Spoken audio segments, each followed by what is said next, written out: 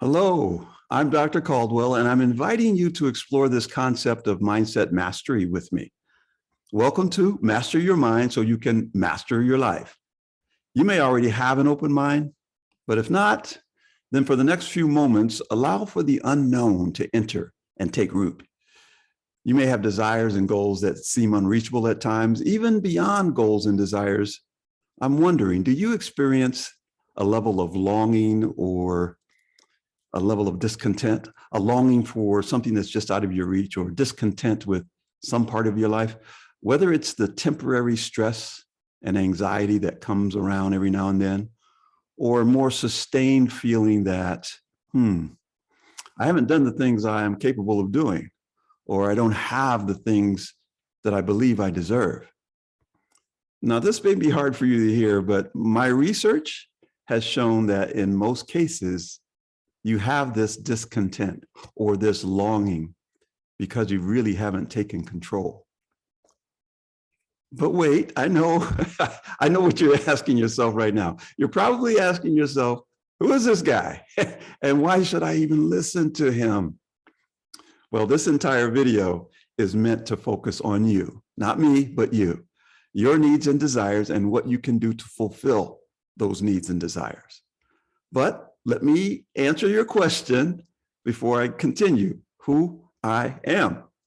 Today, I would say I'm a business owner, an entrepreneur, a university professor, a speaker, an author, a TV personality, a podcaster, psychology researcher. There are several other things I can list. But those are only the things that I do. Now, I like those things, and I believe I'm very good at doing those things. But if I had to tell you who I really am, I would probably say something like, I am a spiritually enlightened, loving, giving person seeking the best for everyone. Now, because I see myself that way, today, I'm going to share with you the key ingredient to building the most powerful mindset you can imagine so that you can begin to live the life that you love. I hope you're ready for that, because I'm going to show you the 4 steps that every successful person uses to succeed.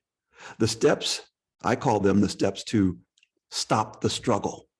Finally, what I'm going to do is I'm going to give you 3 things that you can do right now. You don't have to wait. You can do these things right now to launch you toward your greatest desires, allowing you to soar to the altitude that your life plane is designed to fly. How does that sound? Sounds kind of poetic, huh? Allowing you to soar to the altitude that your life plane is designed to fly.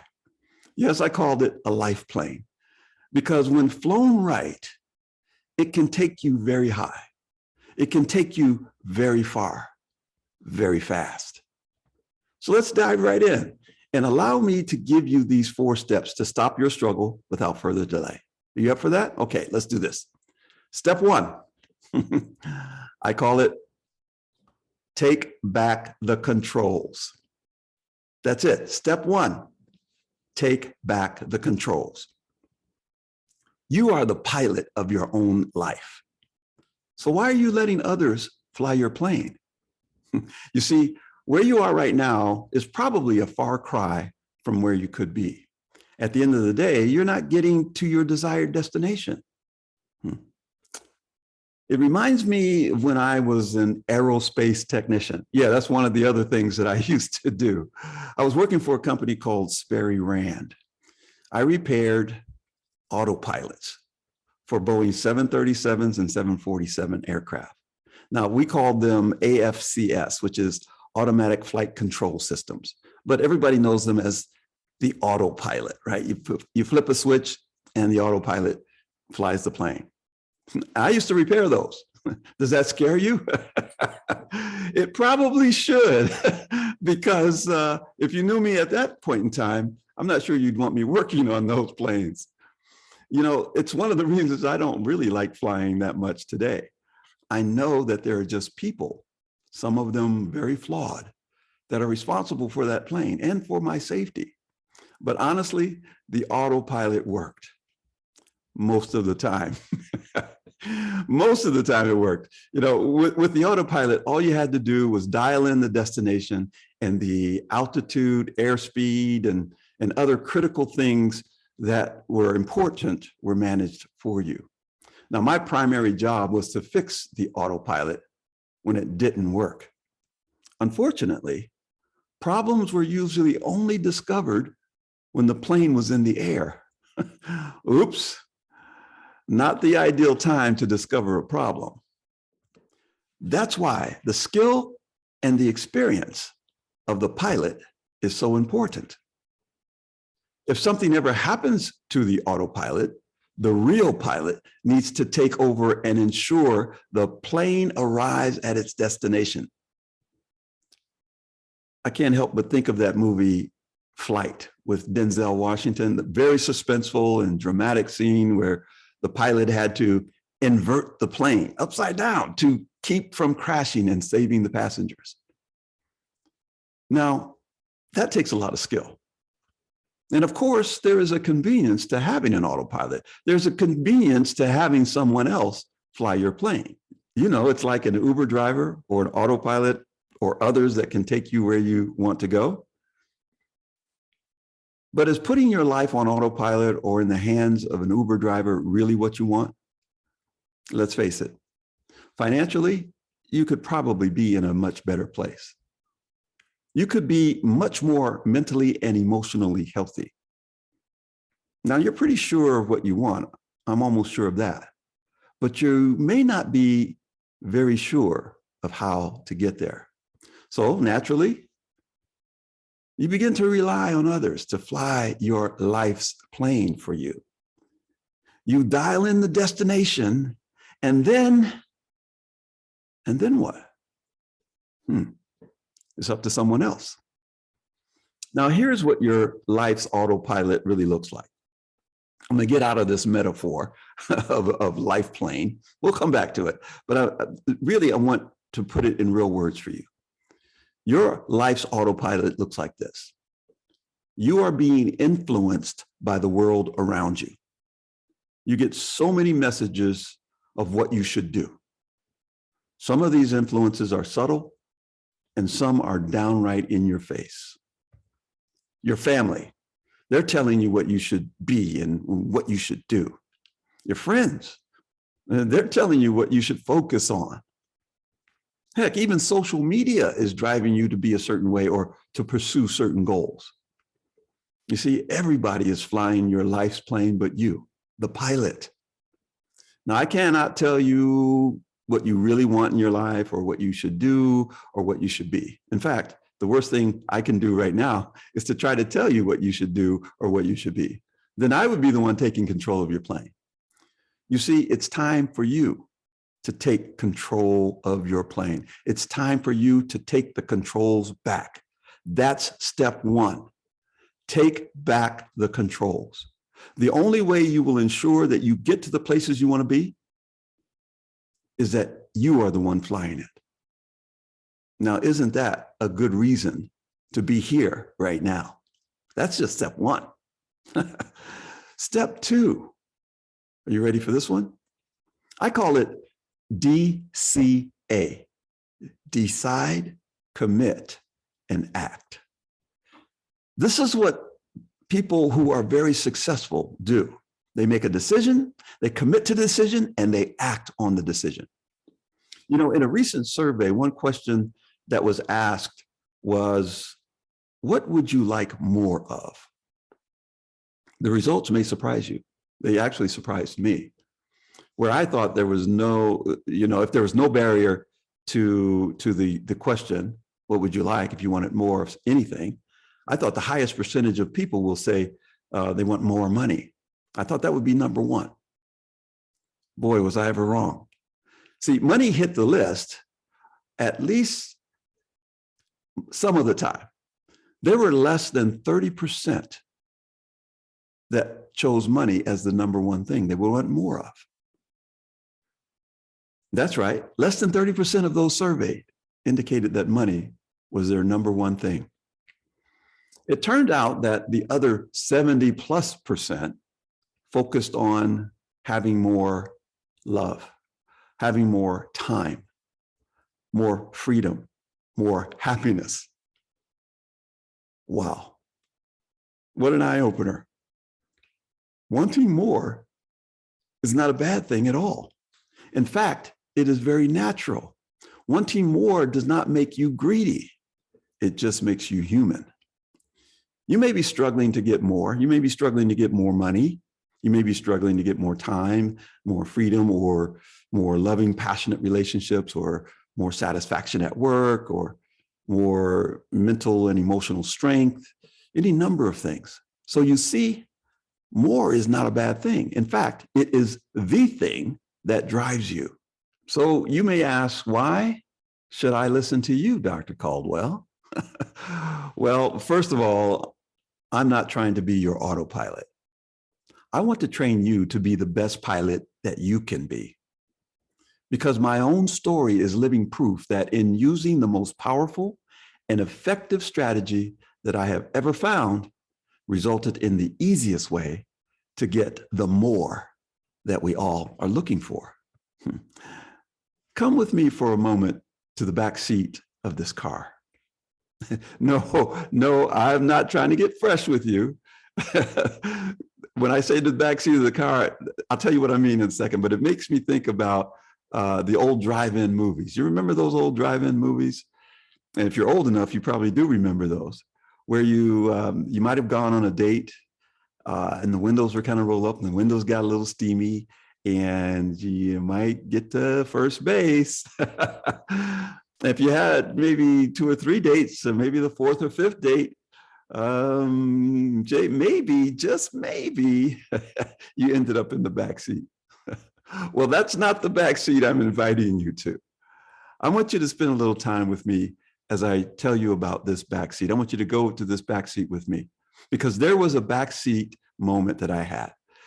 There was a time when the back seat was my home. It's our home for now. You see, when I was in the back seat of this car, that's all I had in my life. I was lucky to have that much. And there was a real problem in this back seat. One of the things was that it smelled so very bad. Now, when we're in this back seat, now I'm looking at you and I'm saying, okay, what's smelling so bad? And you're looking at me, what's smelling so bad? Well, the truth was, it was me. I hadn't bathed or showered in weeks. You ever have that smell that you just can't get out of your mind? I mean, you know this smell and it's a horrible smell. It's almost like it's in your nose hairs. If you have nose hairs, it's just, oh, I can't get rid of the smell. At least in my mind, it's in my, and that's the smell that comes to mind for me. I remember it so very well. Terrible. That was also a pain. Now, I'm not talking about the metaphorical pain that because of my situation, but there was a physical pain deep in my gut. And it was because I hadn't eaten in 3, 4, maybe 5 days. I was always hungry. Do you feel that pain? It's an awful pain. I may have discovered a new weight loss program. I wasn't very fit, but I was very skinny as a result of that. That's not the weight loss program you want, I can tell you that. I was also sleep deprived. You know, in this back seat, in the middle of the night, there could be a tapping on the window or a police flashlight shining through. So it was very difficult to get a good night's sleep. Those were terrible, awful days. I would almost call those days of rock bottom. So we're at rock bottom in the back seat of this car, you and I. Doesn't feel really well, does it? I remember waking up.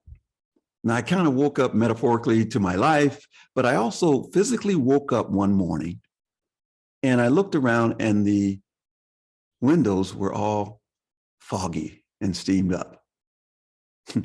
Certainly not because we were at a drive-in, but for other reasons. I was sleeping in that car and it was cold out. And so I remember reaching up to the window and just wiping the window with my hand, and the moisture was literally dripping off my hand as I peered out that window. And the real wake up, the metaphorical wake up for me, was what I saw outside. It was a wake up call. What I saw outside were people. And I saw these people different than I had ever seen them before. These people this morning were walking to work with a purpose. There were people walking in all directions, but I really remember focusing on two men, and they were talking to each other. They had briefcases in their hands. They had coffee cups in their hands. This was a little bit before the Starbucks era, the $4 era, I call it. But they had coffee cups in their hand and briefcases, and they were talking, and they looked like they had a purpose. They were on their way to work. Juxtaposition of me sitting in this backseat of a car to them on their way to work was more than my mind could handle at that time. I didn't realize what had happened to me. It was a wake-up call. What we're talking about today, what we're discussing, this mindset mastery method that we're going to be discussing today, is absolutely responsible for shifting me from homelessness, no job, no food, no money, no bath, no sleep, no future, to ultimately becoming a senior executive within some of this country's largest companies. Now, I will not say that the climb to the top of the corporate ladder was an easy one. Oh my goodness, it was anything but easy. There was a lot of joy in the climb, of course, but there was a lot of pain. There was a tremendous amount of pain and challenge and grief and fear and doubt and worry and moments when I wanted to give up. I remember having a very brief moment. When I even think about it, it makes me it gives me goosebumps, because I remember having this very brief moment where I thought I would be happier if I were back in the back seat of that car. Can you imagine how bad things have to get in order for you to have that desire? So it was not an easy climb. Now, I'm not here to tell you that it's easy and that you have all this stuff that you can do and you just need to do this to get that. You know, getting more is linear. You can just do this and you can get that. It's not linear. It's not binary. Do this and you'll get more. No, it's not quite that easy. But because it's not linear, this is the very reason that you have to embrace step number 2. Decide, commit, and act. Once I decided to take the controls of my life plane back, that's step 1, right? Taking the controls back, I realized that's not enough. I had to commit to the process and then act on it. And every time I ran into trouble, every time I got knocked off my feet, knocked to the ground, every time I ran into something or someone who was trying to derail my progress, every time I failed at something, I had to recommit and act again. See, DCA, decide, commit, and act, is not a one and done thing. But this is what I want for you. Yes, it's true that who I am is a loving, giving, and I'm wanting the best for everyone. But let me just be honest with you right now. I do want that for you. But I'll be honest with you. That's only part of the reason that I'm here. It's only part of the reason that I want you to succeed. I'm very selfish in one way because I have a very selfish reason for wanting you to be better. When you get better, the world gets better. when you get better, I want you to have more. I want you to be more. I want you to do more. I want you to become more. And the real reason I do this work is for them. These three angels. These are the angels that mean the world to me. Oh, yes, and their parents, of course. My beautiful daughter, who is an incredible human being, and her husband, whom I love like a son. But these are the angels that I truly, truly love and want to see the best in life for them. You see, what I want to do is make an effort and imprint and leave this world in a place where these beautiful souls can live and freely love and be fully present in their lives. So if I can help you become all that you were meant to become, you will help make this a better world. And a better world for these amazing children is all I'm after. So yeah, I'm a little selfish here. But you see, my career, my family, my finances, everything that I've been able to accomplish, none of this could possibly have happened by luck or by default. This only happens by design. The methods in this masterclass will work for you too. I guarantee that. You see, my life was a laboratory. You know what the laboratory is like. You come up with these ideas and you experiment. You practice and you experiment and you experiment and you practice and you practice. But you know what also happens in the laboratory? You have failures. You have failures. You experiment and you fail. You practice, you fail. You experiment, you fail. You practice, you fail. That's what the laboratory is all about. And then maybe one day, through it all, you get that eureka moment, that moment where, success. Well, let me try that again. Eureka, success. Let me try it again. Let me try it a little different way. Oh, failure. The experiment failed. The practice failed. Let me try it another way.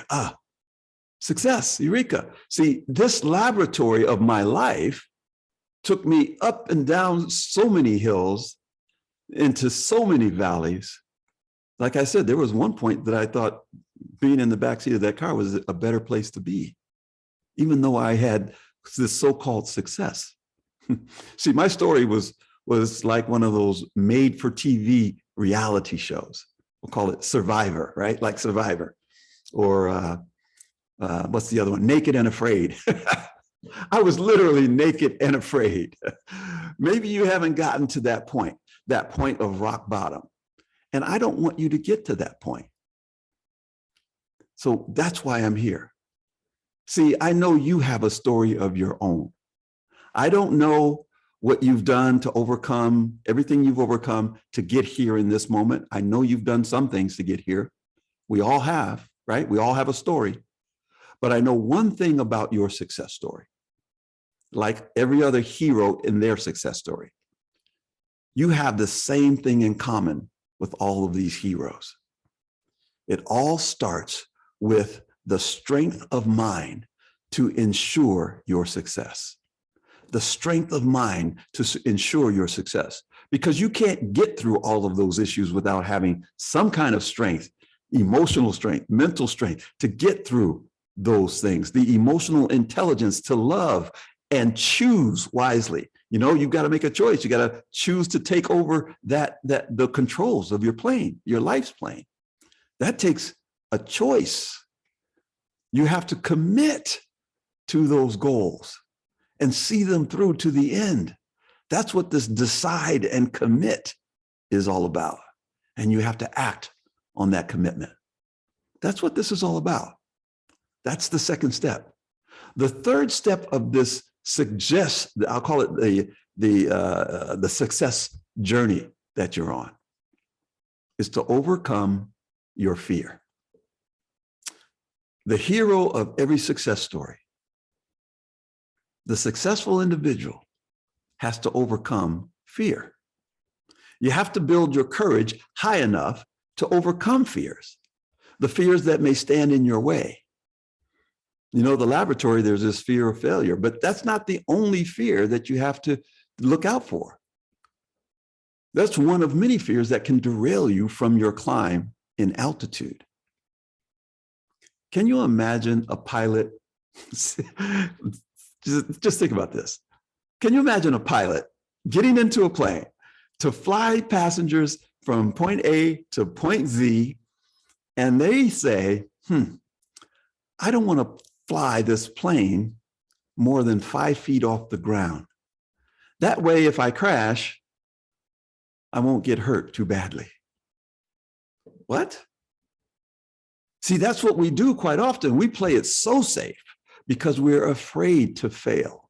We play it so safe because we're afraid of being rejected sometimes.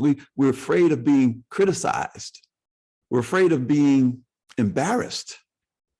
We're afraid of so many things that it keeps us flying 5 feet off the ground instead of soaring to the altitudes that allows you to go high, to go far, and to get there fast. So this third step, you got to have courage. You got to have courage to get over the fear of failure. You got to have courage to get over the fear of embarrassment, rejection, criticism, shame. I don't know what the fears are that stop you from getting all the things that you really want, or for taking the control of your life's plane, or for committing, or for acting. I don't know what those fears are, but you need to examine those. Those are the things that will stop you every time. And that brings us to our fourth and final step. Now, this also happens to be the key ingredient to mindset mastery. It's called self-belief. The less you believe in yourself, the more likely you are to abort the flight and abandon the plane. And we're back to the metaphor, right? If you don't believe in yourself, you're not even going to get in the plane, let alone fly it. So when I ask you, since you're the pilot, why are you letting other people fly the plane? Could it be that you have a very low level of self-belief?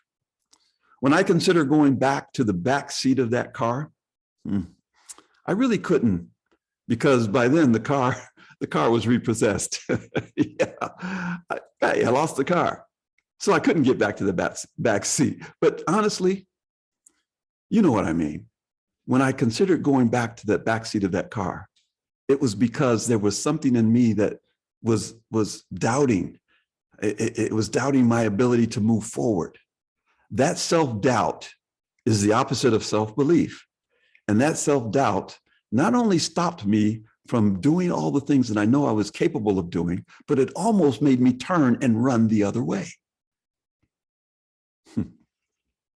The point at which I was ready to give up, that's the point in which your belief in yourself is tested to the max. You have to have self-belief to ward off all other doubters and naysayers. Now, and there are plenty of them out there, I can tell you. I know several of them by first name. But the biggest doubter, the biggest naysayer is yourself. You see, now we're talking about mindset. Now we're really talking about mindset. Now we're talking about the unfailing strength of mind to be the consistent hero of your ever unfolding story. Your story is not a one and done. You're here because you've gone through a lot, but you're not done. Your journey is still going. The journey you took to get here should be celebrated. You made it. Yay, we're here. We started at the bottom and now we're here. Okay, that's all right. But there is more ahead that will require your emotional and mental strength, perhaps more so than you've ever experienced. See, acquiring that inner strength is the challenge. How do you do it? How do you do it? That's the $64,000 question. In fact, that's the priceless question. It makes me think of the Easter egg hunt. Have you ever seen those kids searching for Easter eggs? Hunting for Easter eggs. They look high, they look low. Some eggs are easy to find and some never get found. Sometimes there are these plastic eggs that when you open them up, you find a toy or candy. Usually the toy is not one that has much value at all. You know, it's something that's really of little value. So you go on and you find as many as you can. You just keep searching for those plastic eggs. Or sometimes it's like having a pain in your back, a physical pain in your knee, in your back, or somewhere on your body, and you take an aspirin for relief. Now on the bottle of aspirin, it says take it for pain, but I've not yet found any pain that aspirin cures, not even headaches. So I don't know if it even works. What are they putting in that thing? What does it do? I think it thins your blood, but I don't know. Does it really work? For me, it doesn't usually work. So you're searching for these answers. You're searching for that relief, right? So you hunt further for the answer to the struggle that you have. Let me tell you something. Life is hard enough. Sometimes the search for the answer simply adds more pain to your journey. The pain of feeling stuck. You could be stuck in a relationship. The pain of being stuck in your career. Painful. The pain of worry. You could be worried about the future. What's going to happen next? What's in store for me? The pain sometimes of the past.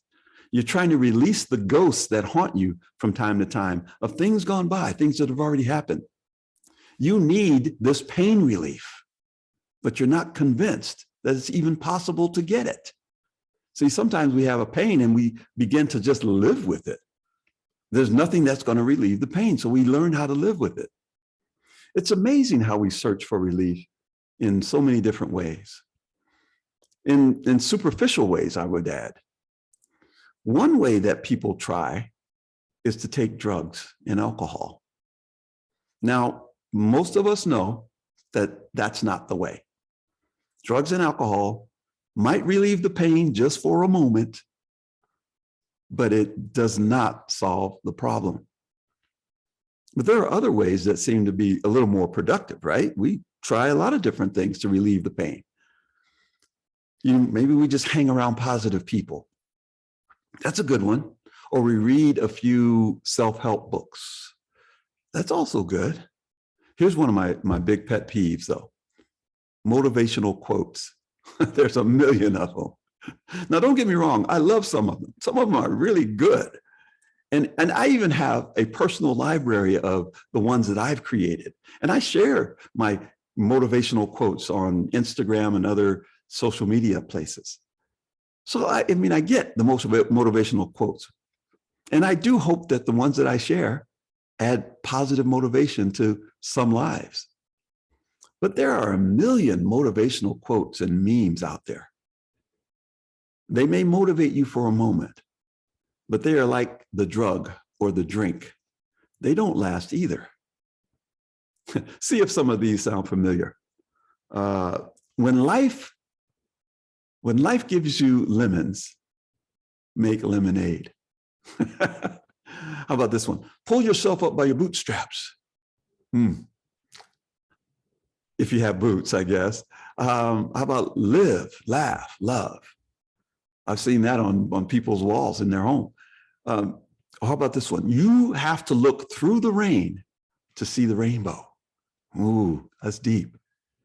Or here's another one I've seen a lot. Sing like no one is listening and dance like no one is watching. Or the one that was on t-shirts for a long time. Keep calm and carry on. Or everything happens for a reason. You've probably said that. Everything happens for a reason. Live every day like it's your last. Or you miss 100% of the shots you don't take. Or YOLO, you only live once, right? These are all great sayings. Oh, here's one of my favorites. It's not the number of breaths you take. It's the number of moments that take your breath away. It just makes you feel good to hear it. You may even have some of these on your wall at your house or on your desk at work. They're good for a motivational jolt here and there, but they only last for a short time. It's like that drug or that drink. These won't get you out of the back seat of a car. Believe me, I know, because I knew all of these cliches before I landed in the back seat of a car. These are external and temporary. You need something more permanent, something more internal and eternal. You need that operating system that's running in the background, ensuring that all systems are go at all times. Your being here right now says that this is the right time for you. Tao Te Ching, he has a quote. Speaking of quotes, he says, when the student is ready, the teacher will appear. Hey, if you're ready, and if you're truly ready, I just may be that teacher. Okay, so let's think about this for a moment. It's not about knowing what to do all the time. Sometimes you need someone to help you figure out how to do it. Let's talk about this thing of money, because certainly, you know, the mindset masterclass that I keep referring to, it's not free, obviously, but if you're looking at that class as an expense to you, it might have something to do with your mindset around money. If you're looking at it as a sense of investment in your future, a priceless future for a low investment, that could mean the difference. That could make the difference for you. That could mean the world. So as I promised, I'll help you make an immediate shift right here, right now, free of charge. Let's look at the way you allow money to flow into your life. Yes. You say, what? You don't think you are the one that's in control of how money flows into your life? Yes, you are. See, I'm not talking about how many overtime hours that you work to increase the size of your paycheck for a given week or anything like that. I'm literally talking about how you allow the flow of money into your life from every direction without effort on your part. Whew, wouldn't that be nice?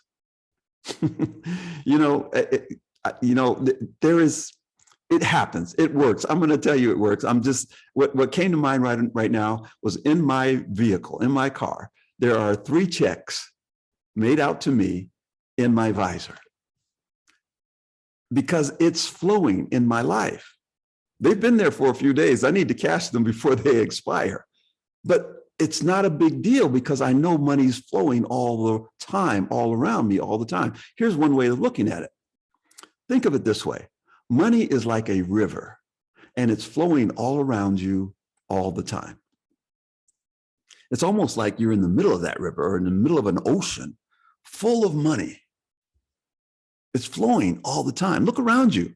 Every day you see evidence of it. You see Bentleys and Rolls Royces and there's a bank on every corner, and there's newspapers that talk about money, Financial Times, and there's people running around with shopping bags full. They're running around at the mall, and there's even the homeless guy that's sitting on the corner in his tin cup.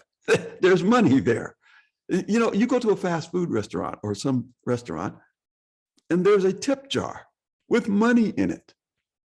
There's money all around all the time. This is a big ocean, and you may be sitting in a boat not getting wet, but reach in and grab some of it. Go ahead. No, I'm not telling you to steal any of it, but it's there for you. I'm thinking, and I'm just asking you to metaphorically invite it into your life. Invite it into your life. How do you invite money into your life? What does that look like? Well, here's another way of saying it. Now, this is a quote from me, all right? This is a quote. I'm talking about quotes. Maybe this one will mean something to you, not just for the moment, but maybe you'll take it in and you'll teach it to somebody. You have to be available to it so that it is available to you.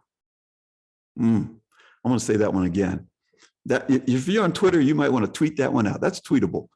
You have to be available to it so that it is available to you. Wow. Let me give you a real life example. I'll make this quick. I picked up a penny one day that was on the ground right next to someone. And you know what they said to me? They asked me, hey, is that penny on heads or tails? I said, I'm not sure. Why? Why do you ask? And they said, well, and I'll quote what they said to me. If it was on tails, then it's bad luck. Whoa, does this dude just curse my money? What? What? Now you tell me, when is money flowing in your life ever bad luck? See, that is the mindset shift that we need to take a look at. That's what a mindset shift looks like. The way you see yourself, the way you see money, the way you see relationships, everything is a reflection of your mind. You see, no matter what world you think you live in, or how large you think your world is, how daunting it may seem to you at times, your world is only 6 inches. It's the distance between your ears. The importance of how you view the world, how you view yourself, will dictate everything that you have. It will dictate everything that you do, and it will dictate everything that you become. It's that simple. Now, it's not that easy, but it is that simple. If it were that easy, then all these motivational quotes alone would be enough. We just read a quote and life would change. But it's not that easy. It's simple, but not easy. This Masterclass series will shift the conditioning that you have about money. Now, that's the difficult part. Shifting the conditioning you have about money or other things. So let's take this money issue just a step further, just as an example, so that you really understand what I'm talking about. Now understand, I'm only using money to illustrate the power of the mind. I'm not saying that it's the most important thing. In fact, the survey says that it's not the most important thing. But let's use it because we all kind of understand this issue of money. And I'm going to share with you how the power of your mind can control how much money you allow to flow into your life. That you allow to flow into your life. I'm going to say it a third time, that you allow to flow into your life. It's not matter or not whether it will flow. You have to allow it to flow. Remember the statement? You have to be available to it so that it is available to you. Now, this applies to every area of your life, not just money. It applies to your relationships, your career, your emotional and mental health, and so on.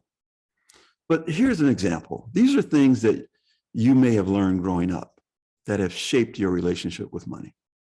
See if you can finish any of these sentences. Money doesn't grow. What? Did I hear you say it?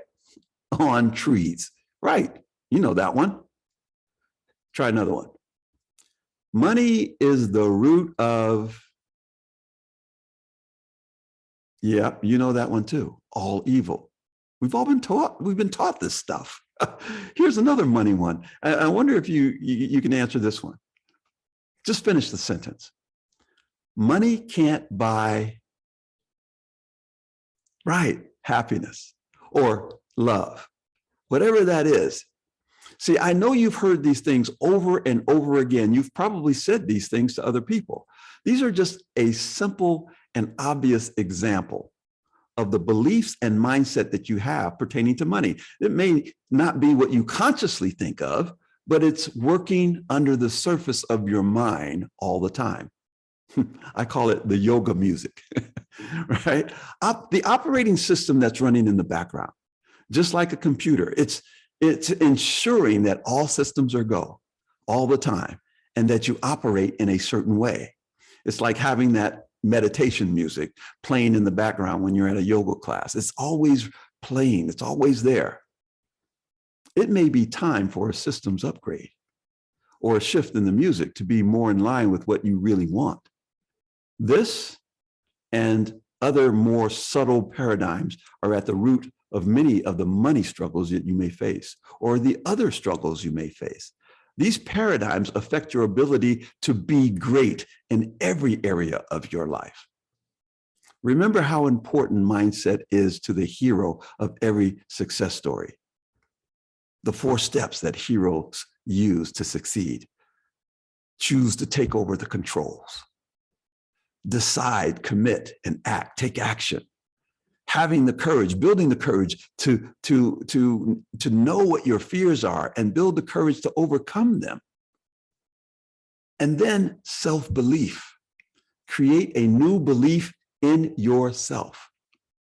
You know, as the central character in your story, my question is, are you ready to be that kind of hero? Your choice is to rely on yourself or to rely on others. You get to choose. Have you ever had someone believe in you when you didn't fully believe in yourself? Well, I believe in you. I really do, because I know what you're capable of. But that doesn't help very much, does it? The fact that I believe in you. The support is great, but you can still feel stuck with that support. You're still on the search for the Easter eggs. That goes on, but it's not enough. Well, your search stops here. Mindset mastery is the most valuable skill you can have. My years of academic research, evaluation of powerful clients, even the Dalai Lama agrees that the mastery of one's mind is the most powerful skill you can possess. Obtaining that skill is not that easy. Remember my laboratory? Practice, practice, experiment, failure, practice, failure. Eureka, success, practice, failure, success, maybe. You're up and down. Going through that laboratory, having that experience over the years has cost me a lot. In money, it's cost me literally, it's almost embarrassing to say, but it's cost me literally hundreds of thousands of dollars. Ask my CPA, he'll tell you. It's cost me time. The academic study of psychology of the mind has taken me years of research and sacrifice to understand this at a level that I can share with you.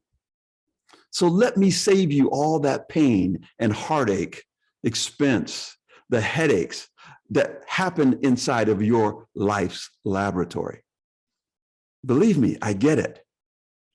You might be saying to yourself, why sign up for a class when all I need to do is research it myself and hold myself accountable? Do I really need a masterclass?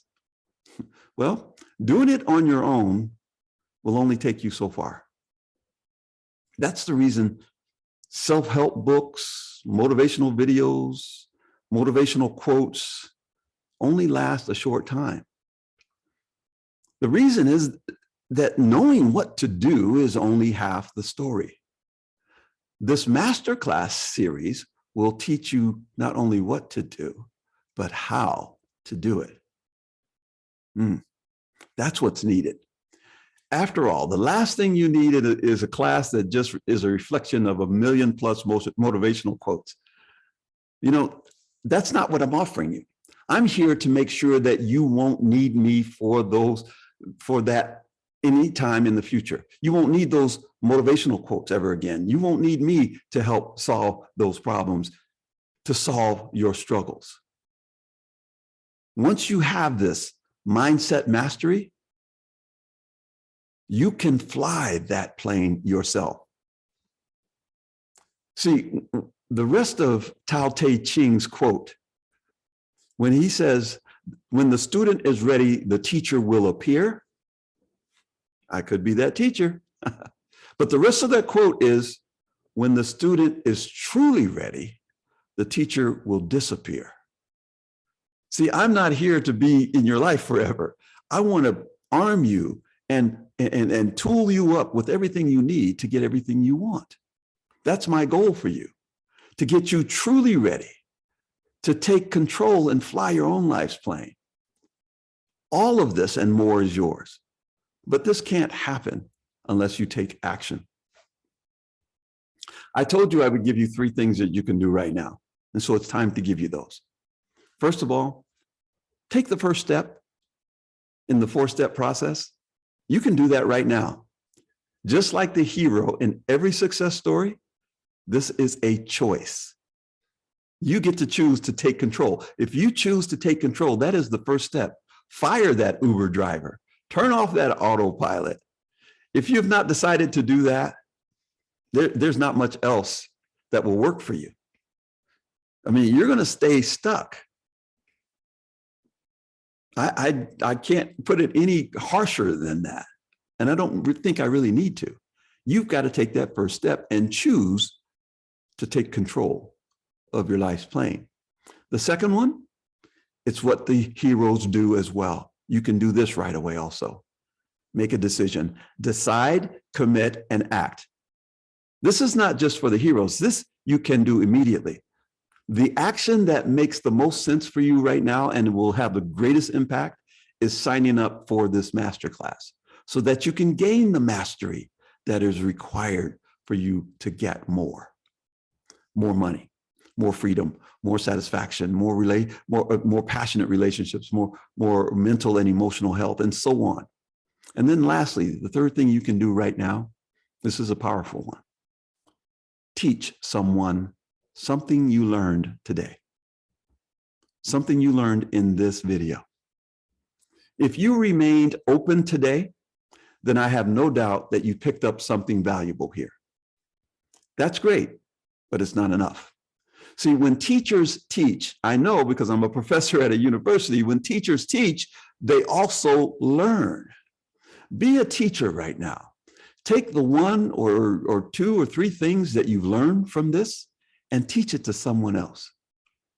You don't have to teach it the same way I did. And in fact, it's actually better if you teach it in your own way. You don't even need to give me credit, except for that one-liner we talked about that I wanted you to tweet out. You have to be available to it so that it is available to you. That's kind of mine. But give me credit for that. But you can teach it any way you want to teach it. The simple act of teaching will begin to solidify the minor shift that may have happened already in your mind. That's how this works. That's how it sticks. You discuss it, you teach it, essentially, you relearn it every time you discuss it. That's how you make it internal. That's how you make it eternal. It becomes a part of you. So sign up and get into the Mindset Masterclass now. If you sign up now, I will send you one of my books, no charge. The one that I like for you and I think will have the most impact right away. This is the first one I want you to have is an ebook. It's called The 10 Commandments for a Failed Life.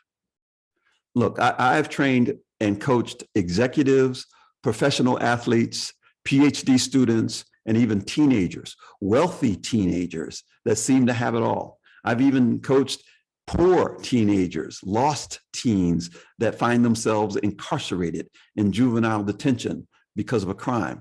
See, the bottom line is the same for the top of the top and the lowest of the low.